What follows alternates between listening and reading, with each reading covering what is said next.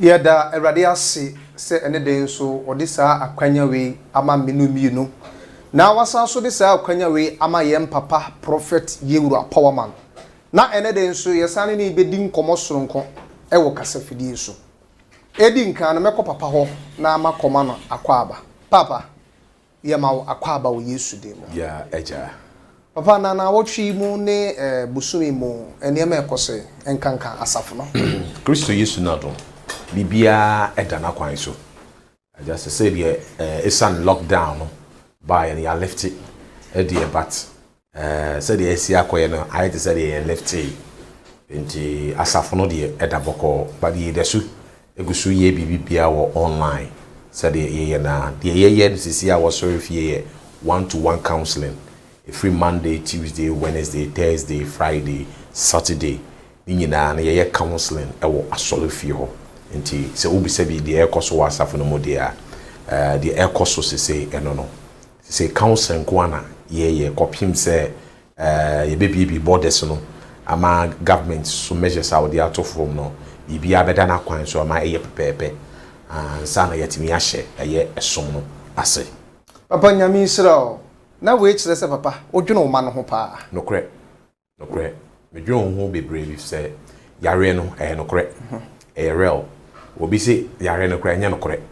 adija because e bi nto no say wo hunu de bi ato no a na ye kan ka baji adi ana obusuani de bi ato no a nka wo be hunu say asema ye ka no no kore yare no no kora ekum nipa yare no kora ka bebre mu so to dem eno nti wo say ye di nimdiye di nyansa bata ho Kristo som nyame som na ye som no wo say nimdiye ni nyansa bata ho se nimdiye ni nyansa mata ho na wo so ni biara na wo se ayesa de miji honkonkro di miji nyankopon di enti bibia enti menyame na wa hu se coronavirus aye ka ho asemi di pass meshi wo bi wo se miji honkonkro di miji amedi me ko kasa no ho enti me ngu me so enti me mma me so na ko kan ya na afa ku a wo na ahye ho we de akwaye so sofo bi a Nigeria ni sofo na wo kan na asem se corona o kokuro mu akọ oko blast ayade no okum yade na at once okoduru wa the 1 week pepe ono na yade bi ache ne ya opposite so chese yare na no kore enti yenhwe ye ho so yi na yenfa de mpanyimfo measure mpanyimfo de amaye no yenfa ngu na kwanso nyen pepe na me wogidie se eye Awurade tirimopo se yare ni bi nkan amen papa nyame insirawo no kore ahwefo papa ena mene na se nkomotwehwe na se papa obo mpaye de afiti dwumadi na ase ye bompaye odo fonya kopon meti waye imau won penswa udiena duri yada wasio da one penswa woody and adroy yada wasio yada wase otutubo nsu a obosoro ni asase aye biafo a wo ye bi mama nsan nyinara onyame ngwoni tumi ni anwodi wura ene da wonko a yetwe ahia e wo kasafidie so ahwefo nyina ehwe yen yetu yahwefo nyina ahya wonsa so sunsum emedi yene na enne dai nam wasam so na ema wa oma adwene ene won akoma emra wasam so na yemfa munyamma ewo Yesu Kristo de munti adunti amen papa meni mahwefo da wase okay nyame so nhira papa ene asem kese ne da epono so amene o ebetwetwe ho nkomo papa asemniti ane ne port ne say sweeping the temple of God papa sa botaye ananse sa semfuo yi eye brofu kasa bobi kasa papa say na obesi akirem ama mene mahwefo ate sa asemiase no kwasem say ye kasa sweeping the temple of God sa wo pra onyankopon den ifi say ifi ba wo dem a wo de praye e fa wo dem pra wo dem sometimes kwa wo pra wi kra san den emobo what you say ene wo Nyankopon fie aye fie ankasa ye ka ba bi e wa ye fie pa e Nyankopon fie adedra efri se adwuma ye fu wo fie ho nankasa atu fie e de awura fie ho nti ene se ye se ye kasafa eye sweeping the temple of God a kire se ye pra wo Nyankopon fie ane ye bi aye fie abegro Nyankopon adwuma mu Kristo summu di abegro Nyankopon ne summu di abegro asore dem eno ena ye pese ye ka ho asem na di obi a o saate bia ne mu bi ebi osofo bi a o hweme ana odofo bi so o asafo mu a won so o saate bia ne mu no won so jai efiri se edi fi eba Onyankopon fi na eyi Onyankopon so ebufuhie ene na chiwade nyame nshira papa mamensam misa wasem ehia me yi pa papa se ye pra Nyankopon fi ye ba ko fa praye na de apra na se kwan be na ye be fa so a yebetimi apra efi a papa wo ka ho asem ewo nyame fie kwa be na be fa so a yebetimi apra afiri nyame fie se ye ka se ye pra Onyankopon efi a ekere emfumsuo anase bonin ene niema nkitinkiti bia ekoso ewo nyame dwumem ekoso ene ewo Kristo mu ekoso won sori aguduom a eni pentimi nka ekoso nsori aguduo bebre ene ekoso wom charismatic ekoso wom Orthodox ekosum fan other churches ni nyina no ubewura mu no sa efin sem a mebeken ebi koso ekoso wo kokuam e de bi su koso e wo pete mu enti efin wasem a ye kan wasem se ye pra no ye bo ho dawuro amani pa hunu se sa de we ye ade a Onyankopon wompe enti ye pra de a ne ye ka ho wasem ye ka kire obi ase wonyai me osofo mimi jai ntu wunsu jai obi a wo ye bibia no o jai onjai na efise Onyankopon empesa se mimi ye bidi a me se eni mimi jai se mi nye bi susu dia me ka kire wo nso se unsu jai because e ye fi e Onyankopon efie oh papa nyamishira papa sa efie asema ye ka Onyankopon fie papa ma mimi sa o se ensunsuanso be na de abra asafo no efini ho asema ye kan ensunsuanso be abeboa asafo na se abedum anasa abese asafo ne niam bi abegu Kristo animase abegu Kristo na dwuma no animase abese ye dwuma no ama ene wo bia timi sori e kan semfin e fa asafo no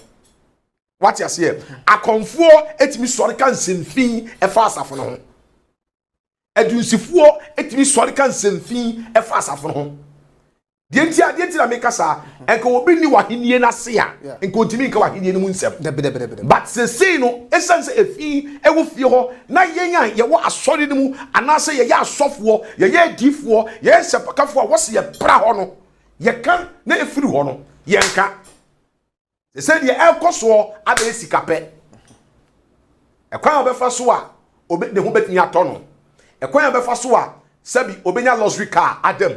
ekwan obefa so a obenya efie fefefe adam ekwan obefa so a sabi edipa hu na obehunu se asomasi odi sofo wo sha atade a eya atade mo no atade efe mpaboa papa ne cars papa what did they make say eno ne say no abewura nyam dwuma mu but enye that is not the main reason why we were invited into the kingdom works okay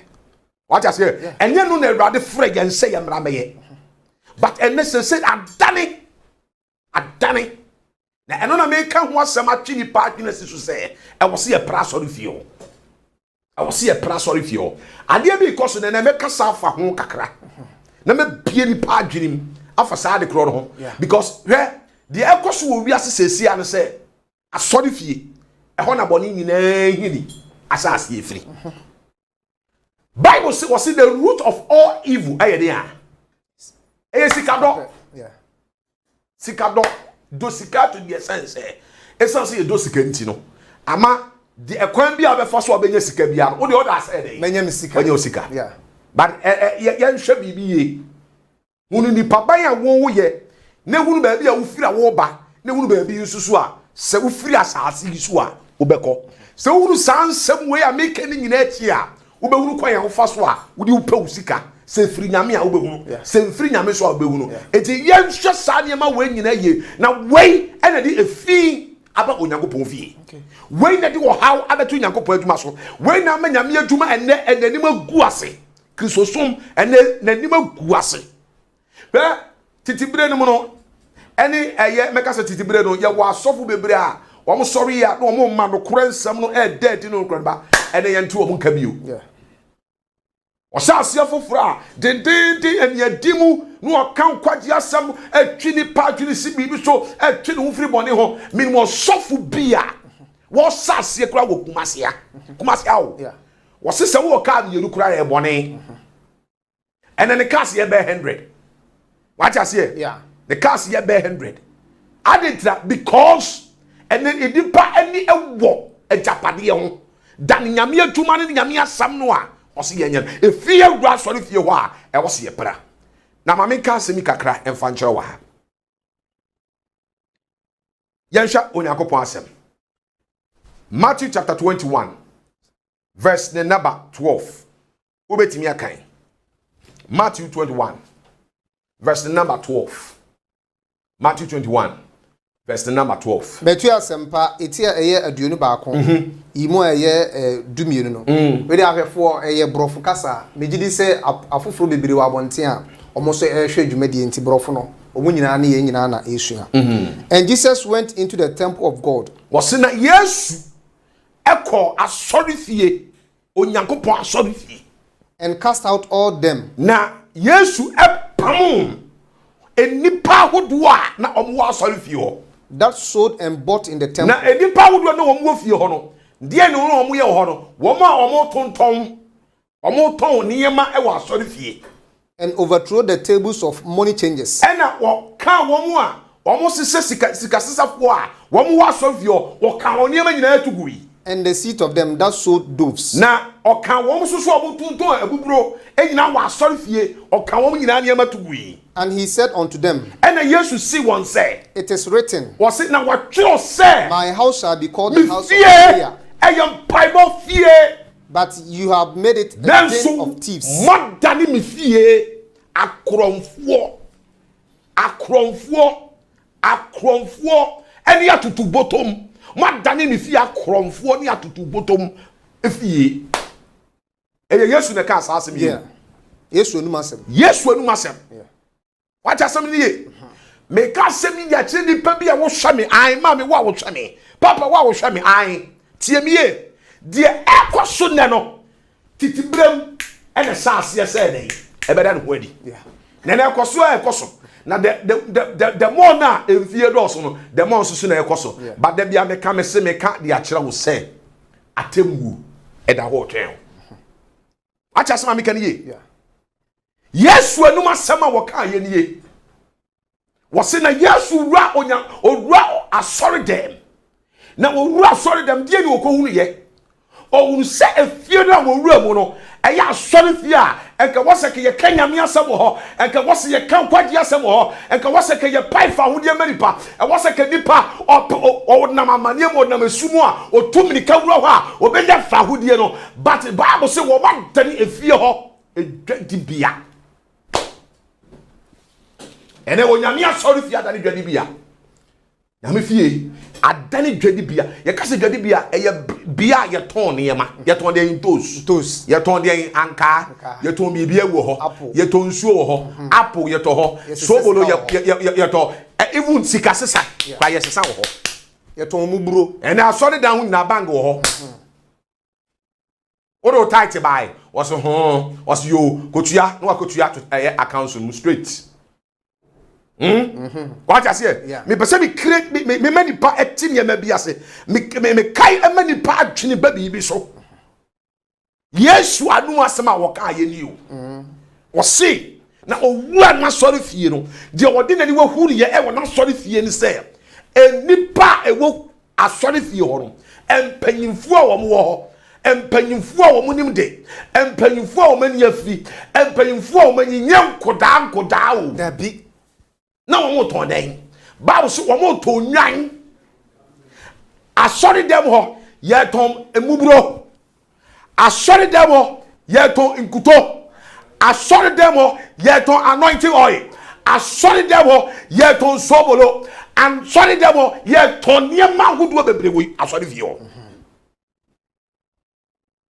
what just make us see yeah was in ka wo tro second fie e ka eyam bible fie a house of prayer nke kan sorry asori de ke ni se nka ye empaibo eni nyame asem ne ye dey yekotie ho ye ka abosom fie a e ya abosom eni wo mu enkosua ne wo mu ne ma bi ne yenim sie ekohu ho but enne all this aspect ni nyina no it is being found in the house of God nyame fie ye fie asori fie adane ball so nyame bi koso a eni kwan se koso sa Kristo nanu asemuni o waso wa tro se bi fie ye mpaibo fie na so mada ne mi fie akromfo ane atotobotomfo ebia no kura me ka asam de akere osofo hwe de akoso wo wiase wenu sei asofo ya stop sa de no na ya anye ya atwense e be ma asempa ne ho dawuro enipa mana e ba no mo hu e na ehia yen e no mfa hodie na ehia yen a anhwe ni a heaven ye nya bi nko I tell you se Ghana sofu ya nya very careful ye nya heaven ko because bondi a sorry fie all criminalism are being found in the temple of God. It is against the will of the Father. It's and this is what we are doing. And I'm sorry for you. Even bangles. You're torn the discard. Yeah. Suffer. Acquire your first war. Yet this can be free. Sorry, my hoy. And you willingly. And free or macumamu. Near feeling the quaning young saquine. A top bangle. Bangle at the medipa. Obit me top bangle back to say. And yet Tiana than Sano. Obi turn 1 million. 100 cities bangle. Ni peti ni akoto nsuo. No abubu nsuo ni de agu adiem. No asilia no. No aye the picture no de atare ho. Tie di o. Yeah. No wo turn 1 million. Wasi ayankwa nsuo. Ah. Wo so wo wetima mankwa. There. Wo wetima mankwa. There. Your mankwa in Jesus Christ. He alone has power. He alone has life. Onu kwa ne mankwa. Na so for say enkwa nsuo. Na sabi nsori ma kafre o ebi ma dwen wo form. No akwa take 1 million, 10 million. Obi try to be to 20 million. 22,000. No ato, no de kofie. Ebi kura ko bobo sia kura. Ebi kura ko bobo sia. Try asori dem bia bi ko wura ho. Me mo asori ni din. Debe. Na osofo sase e peja nsuo. Ayese nkwa nsuo. Na mete won ma ye din. Mete wo se na ma ye sei. Owe mi ameka sa me nya sofo na mete won ma ye din. Na ma mi bia ono ba asori na sofo eto nsuo 100 cities. Na we nya sika nto nsuo ni bi because of so we nya sika nto nsuo no ka che eye nipa wote ne ntia won ne ba say o ma ni sika mfanto nsuo ni bi na so ono so oni sika na de aka no ho ni nyina eye de ode beto ni nsuo akọ na sister no afi de waye basa na wote no hwedin na obi sam say bra na wan koto bi na o mi sika ni bi it is a we nya sika ni bi anto bi a e ma na hawo. And then this have been the several thing that is going on in the house of God, and it is embarrassing the church members, and it's also chasing them away. Some who to nsuo 100 cities are there. Nsuo. Or some will be glad that they all you say, or koto eye vortic. And now say eye nsuo baby. No the onu ni lebu aba ho. Yeah. Or the onu ni lebu aba ho. Odi abọ ho kama wasiesie no na odi nidi agu ho na afi go ton no asore dem bodin a wo kura be hyew enka wo sa nsuo no wo bodin no eno ko ani din a ye de ama no asa eye nkwa nsuo obi furu kwa frɛ na abura mu nsuo obi frɛ ye frɛ adukuro mu nsuo edi ahodo de ama no but so for the question is say what we are doing, is it right in the sight of God? Etini eye pepepe sani e beto Kristosom sani e beto Nyamesom sani e beto asore no eye sanetie na fe dia ade na adani mini ono sofo sabi ahini enu mu adwuma no aye ihe no ye nkwaje me mani yaye yo me ma members no nkwaje wo hia wo mtaye yo ye ndwene yesu nkwaje ho ye dwene ye wo nkwaje ho ne yesu adwene ye de ho. We should think about our salvation. Osofu bia wu ne ye de kwa asamado so bia wu ne wa be pesika wanya cars wanya ne nyina bi okọ but uni ba bia okọ asamado paradise onko obi ade tell because obetuna ati asefo asase so ye de ope yeah osofu timi koto nkuto ekuto ye se 1 cedi ensu nkuto ye beton aboden asode ba ne wonya gidie ene watu anamo no waba so ati ase na ya to nkuto di ama no asode dem hwade asem ni yo asode dem ye to nkuto ndi ama no yeah ya to nkuto ni di ama no so ato nkuto no de ko ene soboro eye Yesu moja hibiscus ahaban no ne fla no aye di kunsuo ma na aye ko no eye Yesu moja mini an most of ye di nyame som na ko ye di Kristo som ko he ye nya wiase japade nyina na ye hwere kra emfa so be ne e benya afrim onye tiri bi tiri nyimo osese mi nya wiase ni o manyi nara na mi hwere Yesu a ososena di nyina mi wo Yesu a mi wa di nyina osombo senadi nyina se mi nya wiase ni o manyi nara na mi hwere Yesu a ososena di nyina adi nyina ese Yesu so uwo Yesu a uwa di nyina uwo Yesu a uwo Yesu a uwo Yesu a uwa di nyina awo Yesu e ohiri Yesu osombo senati nyina edofo yamma Yesu nsombo ma ye wate mini osofo asema Yesu kan ye nya na meka ye o oso oru asori fie mu no wa ehunu bibia wo ho wo kom se na wo hwe de Yesu ehunu wa ehunu san kom se no name of the wo hunu ye eya dine kuta wo a wo de ya asori no obi da dine wo de ya asori nyina ne se ekoye mefo so a obetimi afa nimde ni nyansa kwan abuni nua kro no adiri nua nsam sika de wa ba wo boga yeah boga oye boga o boga ne ka wo no fucking wo se ka greenness wo no ne ka ne dia sister bra ni ekukuru komsha eni kwase ye peja ni e de asoaro na adwena ye ni age ne nsam sika medofo tie mi ye enche na de obeba no na wa ba asori dem wa ye fin dodo asori dem wa ye fi o Yesu anu masem nie Bible say what twima aha na emede no wo se what twima ye den ebu won havo papa na me ka secret bi nkyira o enti wo ma na Yesu bu o mo no ho Yesu bu o mo dem ho no na bi nyini nche Yesu na bi nyini nche be what you say obi kura betimi awo Yesu enso Yesu twa Bible no what the secret behind the secret ni nyina no say obi o ye panyini a wo nim bisa ade a wo ye enye enso no anu wo ye sa nipa no e wo so de ntiase wa ba ama no what the make na see yeah osofo de wo ye say ye di kojina ni panyina anim ni e ka se ye wu a anso ya benya ba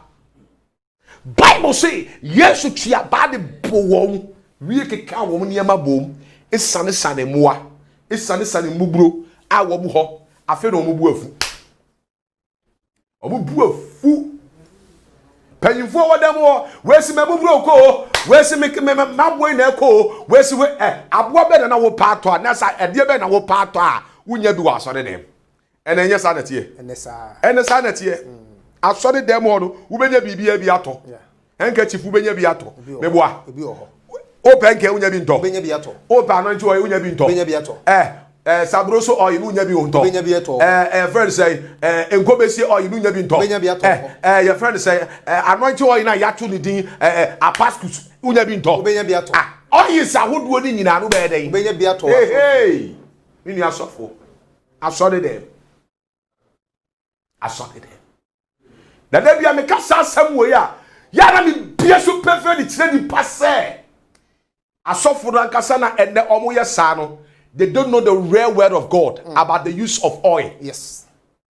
Enye ni pa bia de oil ko na gu nusu Dabi metime de me nsa pemebo aka se ene nipa omo ya atoro omo ya azan omo ya tutuboto fo dodo na akese na afira asofo so because nipa bu ho ya mfa ngu so na de gu nusu. Yeah. We anoint somebody for a special tax. Eti wo ye kromfo ye nsamfa anointing o yinu so. Just wa anointing so o me pa bene e wo sa kro no wo mu. Ai. Ye di ngu ka wi, ye di obi a yede ngo eka no obi a wadwen sachera yeah obi a wadwen sachera o what to be sister obi kunu no odie obi kunu pa a waye wedding o be man na ye wedding oba na ye wedding obi kunu pa no odie pa enso na dia no nje oil sra no ya sra ne ngo na se be to me bo ase breaking ya maybe down for the use of oil how to use oil bo sa asofo ndi omu ye nyina no oma deviate oma mane afri awrade akwan so ya mane afri awrade akwan so beloved mini asofo awutie me dia wuti wa wo ye ama asori fie ho aye fie o asori fie ho aye fie anonti oil na nipa asomasi pe bi ato wa anya bi anto a wan fa ma na anto no ato ni suntudu asori ko so ntimi ma because oba ne ye ka chen say onto anoint oil onya sika nto enti ene the best of all na was den what na fie yeah Edio Edding asori fie ho aye fie a was ye pra enka ye di for the cause ye sorry na ke ye kasa ne ye masa ne ma we jai but ne ye di for no ye ne ye sa ne ma we wo Nyankopon fie. We are the one doing it. And who is going to say it? Bien ho beka. Mama ka se mi chiro. Eye honorable Kennedy Japan. And baby honorable wo bia me chiaw. Eradi nhira wate. Eradi nhira. Me wuru se aduma honorable Kennedy Japan eye ne no. Wo second Jesus, Ghana Jesus. Yeah. Woni me tia me kasa. Because ye ensamoni ni moni a ekoso wa asore dem no. Wo eka wo senka make us Christian first cancel for no and ka also come so no me yes ade wi but na onyom na ayu honorable Kennedy Japan na sorry and wa sha ase ama asofo no bi ani ba wo ho so asofo no de omo ye no omo ni ba wo ho so eka wo mo nsam ebiebie nsam ebiebie wonto eno nti me gitum se ye nya honorable Kennedy Japan esu nipa me nsa ana nan a na ye tre kasafidie so ena da bia ye bo sa dawuro no a asofo na eye sa ni na o be dai o mejai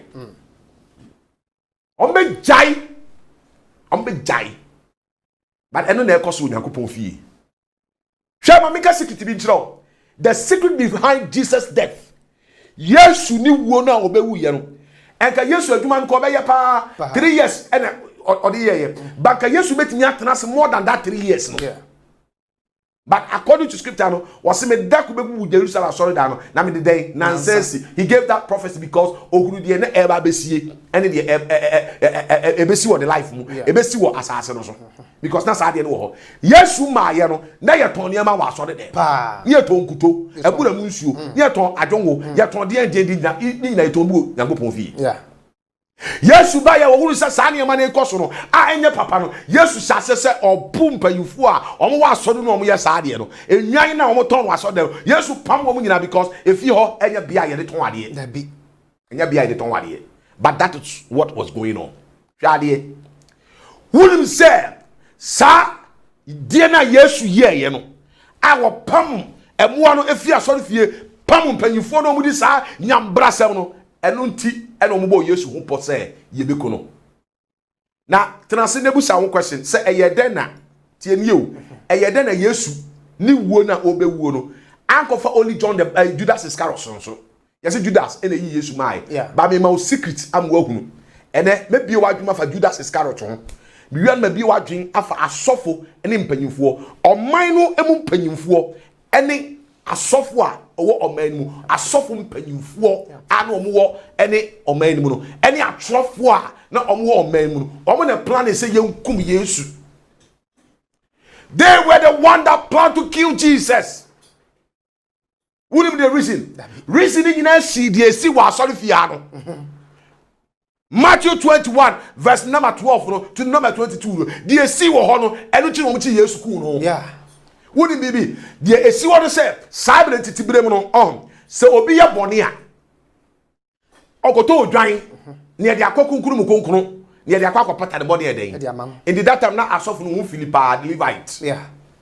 it is a ukobo adwaman a e wo so okope odwan baako wutwa ntoro baako so e wo so ope odwan baako ka ho etu sa wo bo adwaman sa wo num wi sa wo bo kro no sa bi udidi obi atem sa bi hanya do wakokum obi a was so to me somebody who do a mabo so say numa e was say ehu bia no ni dwan enti satan na so wo mu filipa omo di kokunkunu bia wa no makukunu ahwie mogya no e de agu ho omo hwie mogya no wi a enam na amu no ne de abo ohyewa fode ohyewa fode no enye ni nyina na egu apa no so dabi eye secret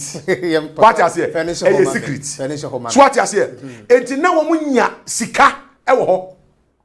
ena wo munya nam so eden ewe ete se okomfo a okom na de yere no yam yensa oba omis obaje nkokom yensa yeah Unya baso ne yewo so se kimwa esese ne yi yakoto afia mane ede obi anya ne so ne nam what you say enti ne sabi sika no odi afiri wo a oji sika e be so sa ne yiri num yi so what did they can see yeah ene sa nam ne nyina na wo mu twa nkokɔ no wi a no ato akokɔ na so se amfa no atwa se kwa wase amfa no atwa tedo se amfa utwa do the satisfaction ene nam adodo o kwati bi make promise kwa ka se mema anam obi ka che obi say oh ya ma me nam so mema anam am pam nipa be ba so ne so dudu a ombekum nkokɔ ombetwa no kɔ de ba no eno enam no omu wi no ma che ati de me chiro no eti saade we ya de ekoso abosomfie ene ekoso so wa asɔre dem ekoso wa asɔre dem. Now the secret behind that, what was sorry so omekum Yesu nyina no enye biribi bia se boni na wo ye ewo mu no enu nti Yesu yes ade no clear ade no didi wo matam bu wo mo ho no ewie no e ho no mfa Yesu ho adwene sa akwa we yankunu a oma ye nidi yadwuma no obetu anu aduane agu enti ono obu kan Japan ebi plan so omeku no but Awurade bambo da no so obi etimi nko no me ka sam dia kire so nyame nsa sei esane fom sei ya eduro bia ka dem eduro bia ka dem enka sa dwumadi papa we ye no enka asofu ne ka wosa ka sorry ene ko mo ye manyurade tumi etechire but asofu ne nye boni ne ekoso eti ne sanu nti no papa we out meka so ye wiasini a wo ma no kwan se urade mfani mu enka sa me ka secret akire wo urade create mi fa aboa emu create mi kasa yes aboa o na hono abo Everybody fed mu akasa boni ekoso akukuo mu a asofu agya no ehu mini anu asofu mi enyai encha na de obeba no na waba eti wo mu plan kwan wo befa so wo mekum Yesu asofu ndiko hia mu also wo oseye adwuma no akwa we dabe na obaye carpenter ni ba na nu ya no obo na nu ya enye Mary eba no na wo wi akwa yehu no yehu sa branche wi o wi de yehu no no ba da ben ya obe kire ye nturo ni mu nsem sorry dem panyiri ti se me na papa ba akwa sorry ya hwe na bodju se fita o se hwe onu akwa keto we timi atwe aba de atwa me na enipa won ti na man kan hwe ante nko tro Yesu nko obete bobole bobo I'm telling you because ebra na Yesu twa ba na wo de bo asode dem wo de mpanyifo de ekoso ho no Bible says Satan no Yesu epu wo keka wo ne ebegu senka wo be a mistake eso wo to twede nko bo say yes abofo ka Yesu yes I'm telling you the secret eti hono abo kene Japan mo plan se mbeku no mo plan se yade bi mo no mo plan se mbe ye bi no mesra munyai na enya adwuma mutunutu a mo sema kurabo eye Awurade na ye saade no eye Awurade na afani mu na eye saade no asem na wo ka no na just imagine na osofu mu a osofu me kai sa se bia na me rapo na me suwo mi mu ade ti na wo se ba na sa na sofu timi etwese kan esan se yes wonya ni pansa wonya ni pan nan e de ba obenya sika bebre wobenya edan bebre wobenya ni pa bebre na wo yes why killing people, killing innocent souls? And 3 days me wo han obi said me eye audio bi Nigeria na nkaba sofu baby a wo no your friend say akwoti akora ketwa about 7 years or 8 years asebotom a wo de ne ko o de ko yeden it is sofu die no se mo ya madwuma na dima gu ase se una number bi mpo na ka che obi sa wo sofu kra na wo fele mo ye njai de ekoso no. It is a honorable Kenya Japan. I'm sorry, no so Kasana, Asanteman, Yentanechi. otumfo kra mfa ne nsa enter the chi empanyimfo wo man mu ta the chi even president kra enter the chi because say dwumade we and can say Christian council for the sorry no come yes ade so mo to o ma ye din and ye plan the fan ho obi asem o kan say me kokan anya Ghana fo asofo o baba betimi abomu ye che obo a na ye den ye ba otu oku a eye no crossem a wo kan ye na wo ko heaven what dem me catch you ba me pesa me catch you say die Nyankopon enkunu no ote asefo wo ye kwa utu no tu a wo say wakora abo ye wo grofo bo nyame hye da yi wom so do wo be ye bibi it is any part try na wo be say kwa wo be say wo ne ma kwa so what dem me can say this was the main major planner planning di kum ye ayasofo mpanyimfo ene emu ahemfo mu mpanyimfo na se mi breki asem we kofo mu a ayemfo ne nsama na omu di no ene ye kaye nanan mahemfo ndo omu ya airtime ye nanan mahemfo de omu ye airtime pa ye ka asofo de ba ahemfo no so ka ho oman mu mpanyimfo akasa keta asese de bone na se omoma keta asese de bone so what you say o kan ye plan wo Yesu ka no kura asem ti no ye plan si ye beku no nti omo tena so omo dwuno se kwan be so ne be fa so e betimi anya Yesu ni ache no listen to me, there are some people that conspired against you. They conspired to kill you. They conspired, they set for a way how to catch you and how to destroy you. But man paibo here what me don't for we me man paibo here omo mo plan fa wo no wo de man paibo here wo mutimi nya wo hwe se rade wo fa why no betimi ni wadi asie de ni ho bi plan to omo tena so omo se no omo se da bi say ye abrantie yi ye betimi anya na che na aje se ye pe enipa bi ya one ne nam a na ni brisika we ye kasasua edi ma wo nipa bi a wo hwe me nipa bi a wo tie me pacha se wakonya boa se wayi mframa a ye nyina chinyi dabi akonya boa se okacho so wayi mframa a ye nyina chinyi ena se dentam frinsu ase e be kacho se bomotitie wawu a eno so ye nyina chinyi because one ne na edey ne na wonsu na ati ase secret no but ye biye bomotitie mi tufo ensema wo beka no se enye no kure ena wo so wo kasa asem we se ne be ye be gudi pa ni mase e be gudi pa bi adwuma a me ka dia kire wo se enye nipa na ne nanya eye onyankopon ena nanya ka no kure no na se wo ka no kure na no kure ne be mo aye ode hye shed ye koso so for tini e ma biase Yesu wana yi Yesu mae Judas Iscariot ya hwe Yesu asuafo no a na Yesu pija opena sempa na ye hwan Judas odofo fa Yesu de na eye mfato ho efato de ho ebi anya wanwa ye opena asem bia obi a wo dɔ no obi a wo de wura ase ne mu wani utese opena asem a wo dɔ no no ono kura wayi wa ma kawakoma to yam anya wanwa Judas kura yi Yesu mai Yesu account mu hwan na ehwe so Judas yeah sika nyina no Yesu sika no wo ni ministry so okoye ba bi koye kosa yade na obi bedas obi de afadbo bi ba obi to collection obi ya bibia saa sika nyina na eni Yesu Kristo ho na wo hwan ho Judas do mo tenase e conspire say da bi yenya bi obi antimi enya no se e fa John so yenya no Bartholomew yenya no dabi Thomas yenya no dabi enti ya hwe de wo hwe ni sika so a ono peskanti na onani briska enti do ohweska no so no frɛ no no so boy no se yes sir no se uni bibi se minimo onye so oka apa na ne nam no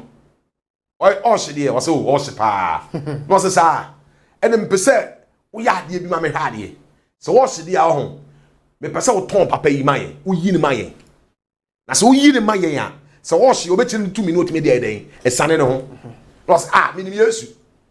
anwanwade ade nsachane a wo ye ne edoso bebiri enti wo betumi asane ne ho no se sa na abejo so madaro masam ma be 30 shekels bia meyina mam simple no se sa ena de okoka asasem no be asasem ne bae ko bom panyifo ni nyina ma no mu nyina agigi ska boabo ska no no mtua ma Judas che ye no ka kire om se anadwi oso obekọ gesebe ni tuom ho akoye den ko bom pae I'm telling you so the oben wo yes o hiding place the oben wo nenim Kwajo bi ni tiemiye. Obofo tiemiye. Osofu bia wo dia babu bia no. Me ka dia kira wo. De wo ba ewo. O na di wo information eko. So obi afa wo information ankwa. Obi ante. Enti obi de call ye. De wo ye na obi de call ye ai. Ene kura Facebook obi ti bi fa obi number. Etimi prompt obi hwe wa na wo say the password so ne chat ni timi di nkomocha. Otimi fa. Na afi wa chance ye e ka wo nsem boni. Obi kura timi smuggle. Obi kura timi yade bi fa sa kwan no so e hijack o. Obi timi fa sa kwan no so. No asew ni nipa bi ntem. Eti sofu tie me. De wo be wo na the information ko. Eti say information na all dey call. What you can do is say ka be surrender.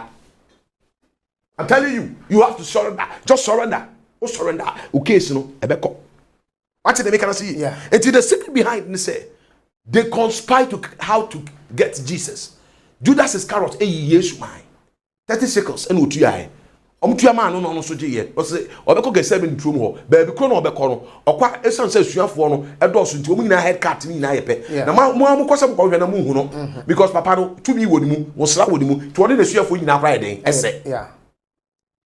It is said the bear betimi ehu no. De me mefe na no no. Ono a.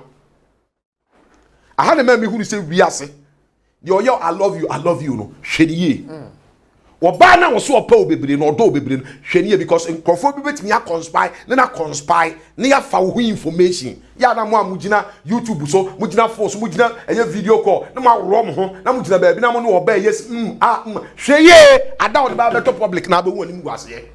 O ka se de o ka. O kasi ye pe enu mi obi to o ase no ka mi nu enya asem we de o so odo no obeso o asem te se dokono o de ba ko si twa so am obia to bi ewi ase so obi do wa tru no Judas Iscariot Yesu ado showing to the whole world say he really loved Jesus and obi everyone who feel say opo asem get na o feel one o ka so opo listen wo your suffer na get bia ba be feel one a enye bibia the anointing upon you no sa anointing no person o dwele o person o say no why to say abode e friend say adegiri nsu o person wo hunu nsuo no ne na ye nu nsuo ni nti no o pele wo nsuo ni say ya e bi si o giri nsuo no enye nsuo no o giri no o person wo hunu nsuo no nti wo ye I love you o jejewo eri wa kosi konko so no o de asema to so wedim guase e beba no wuntimi nyina animu wiase ye na wiase na hokwa wiase na hokwa wiase na hokwa so what asema meken Judas Iscariot de fia no ko Yesu man Yesu do Judas so do Yesu ampa but o de fia no ko Yesu man prekope eno mo yiri Yesu na Yesu busa se adai asembei prekope eno mo nyina twagu fom eno mo sa sorry ye e bra mo titigu fom no according to scripture Bible say how the Peter chese kan fili ni botom no di twa ba kwa so say shi na so ne da ho na eguruguri na mo je tu say ave Yesu hwe Peter di was Peter di no waye fa se kan she ba bi ye sha Yesu fa aso no eno sa ne tua ho nipa be kra na ti say Yesu hey me trust dwene wa de oye obone no na wo say ye ne papa hey obi atwa wa ba be chew obi aplan ibedi wawu na wa tweseka wu akora ba akwa tweseka de atwa no so e de atofo no afa Yesu oye good teacher wate sister se wuni Yesu a boka se nye Yesu na wudi na chi na bibi foforo na wudi na chi ade foforo bi na wo som no e de akohunu Nyankopon wa boka nti no say no kura me say wo say obi nkwa agya ne ncha ade so nam ne ho so me so Jesus is the way ahobrasiam mu oye the best yes ediebem bibia mu Yesu ya the best opa ye mu anyame ho ahodo a aba wiase nyina din confirmation no ye nyame o because no ye nyame a we nyame ketwa ye ka so bi ye nyame ketwa Bible say Onyankopon ka kire Moses say me ye nyame ketwa de ama Pharaoh yes no ye nyame nti nipa betia ye nyame aja se obetima ye nyame wase me ye nyame ketwa de ama Pharaoh what did they can see enti Moses nyame ye no Awurade ye ni nyame e de ma Pharaoh what I say enti me pesa me tell say ye mo nyame e wa asase su din nyame am so mkura tumi omo powers ne ye mo Yesu din ne ye hwe de o to me kofo no chiko wansamba da bi what you say ba Yesu wo san sore Emplahil Salasi owi osan wansamba ba Yesu o sore meboa me kire wade ye mo edipa kese Onkomisheni Muhammad Onkomisheni Muhammad kremoni papa bia ba getum se papa ne konkrum esomfo but aye oba ne wo no otitum se oba ne be ma ne hiem ne wo no ampa komisheni be ye de obetinya ye bia ne konkrum ye nyina achi no wo ye onko ye wansan den wansan ma no ko ye ba ko pe yenhwe nyame foforo mo be ye nyina wo mo mkuta tumi nyina wo mkuta tumi nyina no they died but o man sa ba bio but Yesu nko awu ye no ne nansa so side sabai sorry this means it can be compared when I bet me that to Yesu it is a war papa we are you have everything what did they make see me do for wo hwe me ma me a wo hwe me kan fo owura Yesu Kristo bi amount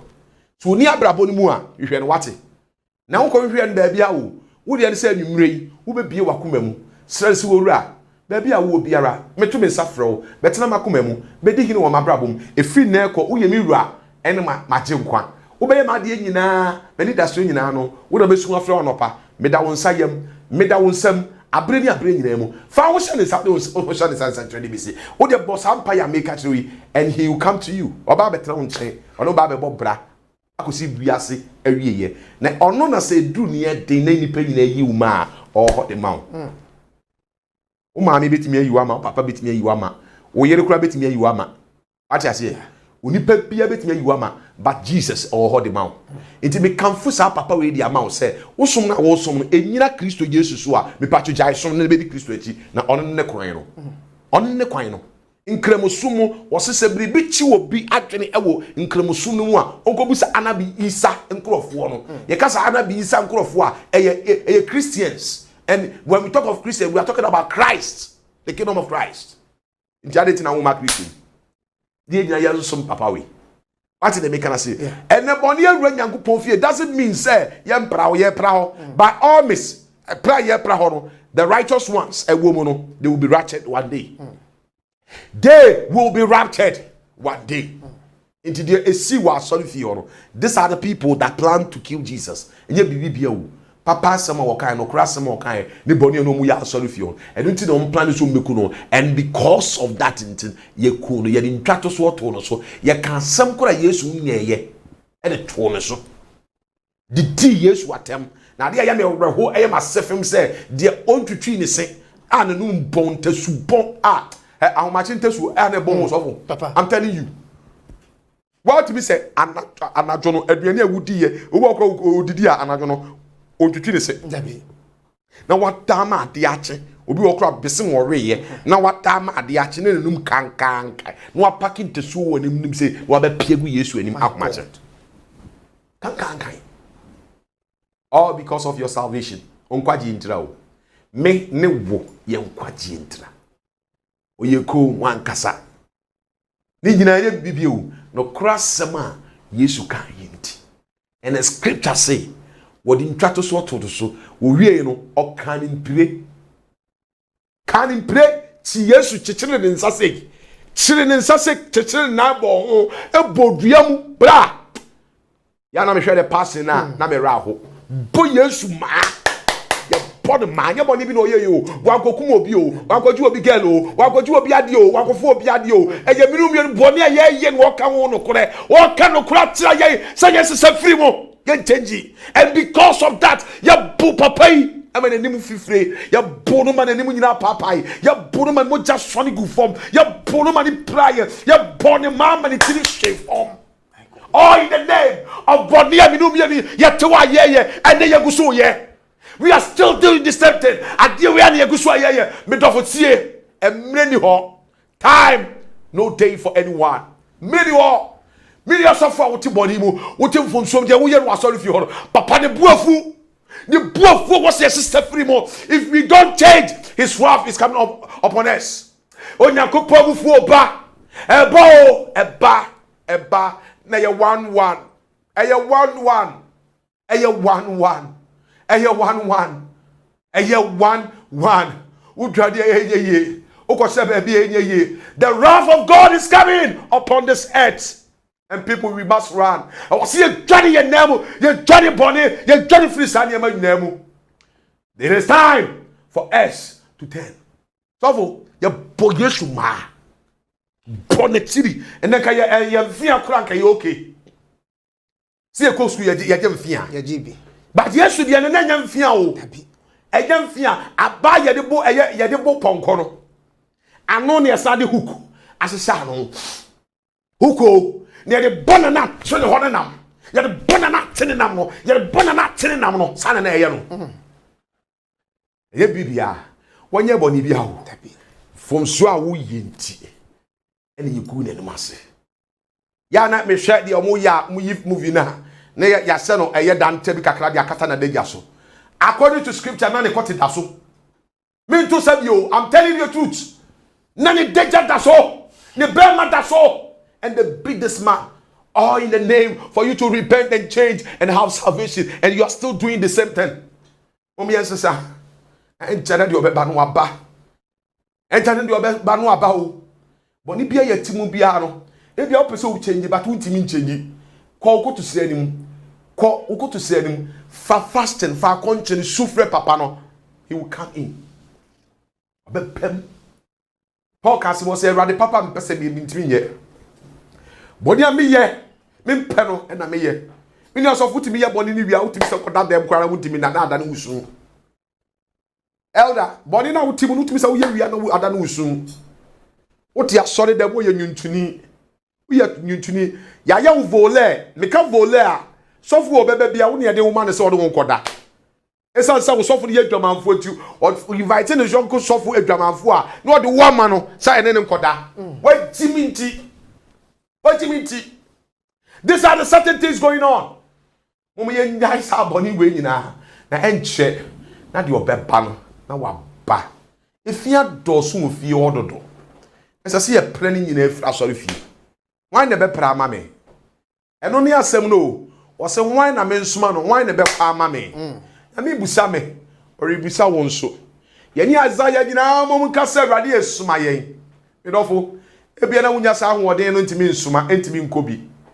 eno nti ena numbers na egu screen ani no medofo bomodin so yasene kakra wo betimi dia boa say $100 o say $1 million o Ghana cedi 100 cedis o say den o sika bia wo betimi abodin bia no fa so yasene ne yentimi mfa asempa no dawuro emra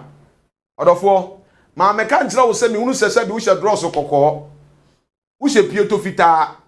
ma meka jo se wo ma me na ye papa na ye wo nti anhwe ni ya onfi ma me pese me kasam kyira wo se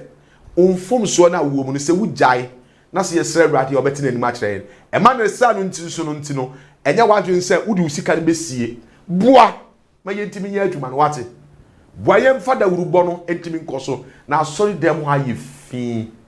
na me fi aye fi yesiesie Awurade fie medofo mreni ni o mreni ni enipa refie ho ene ye de ye pe ene de eni kwanse ye ton kra na ye ton nye bibibia ye sika pe sofo no ebia TV so wote sika wo tua no ye sika ketoa sofo mini asofo enka de tuo oman nani manka bi nko bi be katachi obi mi pacho tie mi misraw ena me de ato anim no dom kyere Kristo so me wo mu kyere odo wo mu na bomode afa numbers na egu screen eni no ai mobile the money number no ai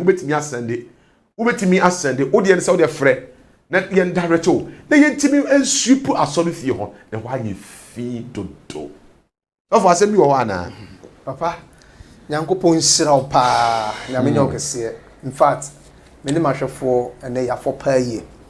papa mamimisa asem we bra Kristo Yesu bowura asɔre fie na wɔtwen ma no papa toro no so me ate ase se ye ne eja ne ye nani na ye nkwa na aware wasase so papa Yesu so bowura asɔre fie ne bufu ma ɔtwe aba e de bro empanimfo e de bro ne papa no ne nananom nti papa saade na oyeye no papa na ye ana Ephesians me say children obey your parents in the Lord nti ya na ye yi sa word no in the Lord no afrim obey your parents in the Lord what you say ye mu ye na ne ye ja e wo Awurade mu nti de wo maame ne wo papa oye no enya ensuro twinanim na se wo twinanim na se wo papa se because of the wo kan aye nti ne bu afu wa dome wa enya adwuma da. We criticize to construct, not to destroy. We don't criticize somebody to destroy, but we criticize somebody to construct, to help the person to be on the right side. It is a mema no na ade a wo ye enye na me ka kire wo na se wo bubefu a maka no kura asem dia kire wo enu nti wo ma maduane ni na me da komo a Jesus be sebeden o be semema me kire wade titibrebu no ye hwe nuanom a in the book of Acts chapter 4 ede eba form no a ye wogofo bebre ombeji Kristo di ombeji Awurade di ye no their family left them omabusu ja wo ho ebinumo ebeji Awurade di obi okremoni obeji Kristo di ne pam ne frifie ekom de won the people of God ye gada won wa Bible no chi won tena Nyankopon fie asomafo no de won tena Nyankopon fie ema won no won wo bie no kotonton majapade kotonton no yema e de wo sika de wo bie no o de sika be boa asomafo no ma asomafo no boa sika na no de bi toto aduane ma won di e petena bia bi ma asafo no etena in the book of Acts chapter 5 eno na esia Ananias ne Sapphira enkoton won de embra mkoton ba won be ye nitia won kokoro bo won hwe won so me pesa when your daddy, when your father, when your president, when your ministers, when your lawyers, when they are doing bad things that is not of God, you have to tell them, or you perish with them. Or you perish with them. Is it the book of 1 Samuel? 1 Samuel chapter 2. Bible says Eli, the prophet Eli. Nane ma ya de bi wa so fie. Nsori ma no ma ya na ewo mu no mo cheche wo mo ene wo mo deda. Ene ne na ekọ so aso de no na ekọ so akale yo bai no ho fe pa o on ge kokọ no ho fe papa de no to jo no tale enwumre ya friend mam wati ya friend mame ya ka chense ye pon on twen obi akwa on twen. This is the thing that is going on. I just say papa say obe ya akwanchira ma no akwanchira obi akwa on nko ade on twen usu wa jimi nti obi akọ aka wo nko awo ho akwanchira be na so ko be ya ama wa okoye no ni fi. My God. Oje dodo ye jai what did you check dodo what did you check wo ya ye mutuo chance obi adidi mu bio hweniye na de rade be ban you will be sorry what just me can ye yeah these are the certain things going on in the house of God. It was say obey your parents in the Lord. So papa catch us koton sambra na nsare wonu se ade na wo de ma no kra eyedidi atam koton sambra papa we did not jam because Bible say fa and somebody all say do baba catch us koton sambra catch us about ade wo say ana obey your parents in the law eti payifo de no mo ye na ye nyambra sam awon mo na enim no kra no but omo na han saafo no a obugu asore dem omo tonton anointing oil omo tonton kuto omo tonton nyadoa omo tonton we nyina wa asore prekese omo toni nyina wa asore dem eye omo a okwa oseko kwanu mo okoto eye breme okwa prekese de boye sim okwa abontia prekese kra ne boye sen fofofo na ya bobo wo mo mu di dwa wo beka so obu fira abontia na ebeto eye asofu no a wo omo adia into otu botom in the first place otu botom wo correction ho eyiwie otu botom wi akakra na aka wo ho no na de ko animu awoso de koto prekese wo de koto obi ni nyina se sika ni nyina eba han so for ese eba ho papa Nyankopon sirawo onye okese ahwefo se dwumade e ka wakoma so papa asene se de be ya papa betimi akoso a tena kasafidie so na ode nkwanye sema etise ede abraminu no se de be ya da nkwa ama Kristo Yesu sane na ne onyamu a wo a ode wa hoden be so papa asene no wanya yeraba na Awurade Nyankopon atenanim ede akere wo papa wasema etwato a odi jama hwefo ekwan Awurade asem se adwuma no so emu apaafo nsusa enti de meka ade kire mahwefo nyina omohwem nyina no se dwumadi a medie me ba kasa fidie so be kasa bosumi bia meba bosumi bia nso no yetua bibi de boa kasa fidie wura no enye ono so mfum so se obie sa akonya no ono so to internet yeah what you say ono so workers nti sɛ be ya awurade adwuma ne betimi akɔ de nim ne nti no ye momoden sɛ numbers na egu ani no wo frɛ de problem na abɛka kyerɛ sɔfo ana sɛ enye bibie mpukura na aka kyerɛ sɔfo na ɛya wo fɛ ɛso wani a meboa program no sɛ de be ya sɔfo wo betimi de no korɛ nsɛm na ɛdɛn akɔso aba na watimi atua ama dwumedi na wotimi di no atimi akɔso because me dwumedi ye di ɛsan ko TV ekoko ba bi bebre kuma se online ɛyɛ station a aboa meka se aboa no korɛ da wubɔ no bebre aboa no korɛ da wubɔ ebi a ɛyɛ dani ɔwɔ bia no adwuma wura nyame onhyira no baade a mesrɛ adwuma no ɛne emu nipa a ɛwɔ around nyinaa no sɛ obia o hwɛ yɛn na obia wo te yɛn ka bia no momomotin sɛm betimi abɛboa me program a yeyi etimi ayɛ nkoso na etimi no korɛ da wubɔ no abre nipa nyinaa. Amen. Amen. Papa, nyame onhyira na onya okese. Awefo, nyame nhyira obi a onya adaje na wo hwe yem papa prophet Ewura Powerman ewo kasa fidi eso. Nyame asomdwe nka obi a me me di dwumadi ho chia me ye frem Reverend Ernest Ejay Apia. Papa kasa wie bat answer na papa be free studio no. Papa obobɔ mpae e de akoloso dwumadi. Ogwa ma me da wase. Me pega platform yi enu mugya enum. Ma omugya na ehwie gu wo Calvary no enten wo platform yi so. Jesus. Sa platform yi e platform wa asofo ahodo bebre betena so. Jesus. Me srew se obi a obetena akonya yi mu bia so. Ma wo honhom konkrotumi enka no. Jesus. Wasam sei wona wo honhom ka wo no. Won ena ofrɛ wo ma. Jesus. Nti usunsum nka enipa biara. Na wo dawubɔ a eye Christ ohun dawubɔ no obiara nte obi biara so a ɔhwɛ yɛn. Obie na sum so a otie ene de wonyame sunsum wonyame tumi mfa kasafidie mu na entache no de oyare Awurade nsa de yare de asemida to no Awurade nyankopɔn amremu de na ware gu Awurade mremu asundwe hini Jesus emedi hini onipa bi a wo hwɛ me wo kasafidie ahodo nyinaa so na obi anu Yesu mo kyɛ mu me de sɛ onyame abasa sɛ ento obi aso na emma obi biara enya baabi pantena ewo Kristo Yesu na nimu nyamo we na masre e wo doba Yesu Kristo dimo adominity. Amen. Amen. Shalom. Peace. Bye bye.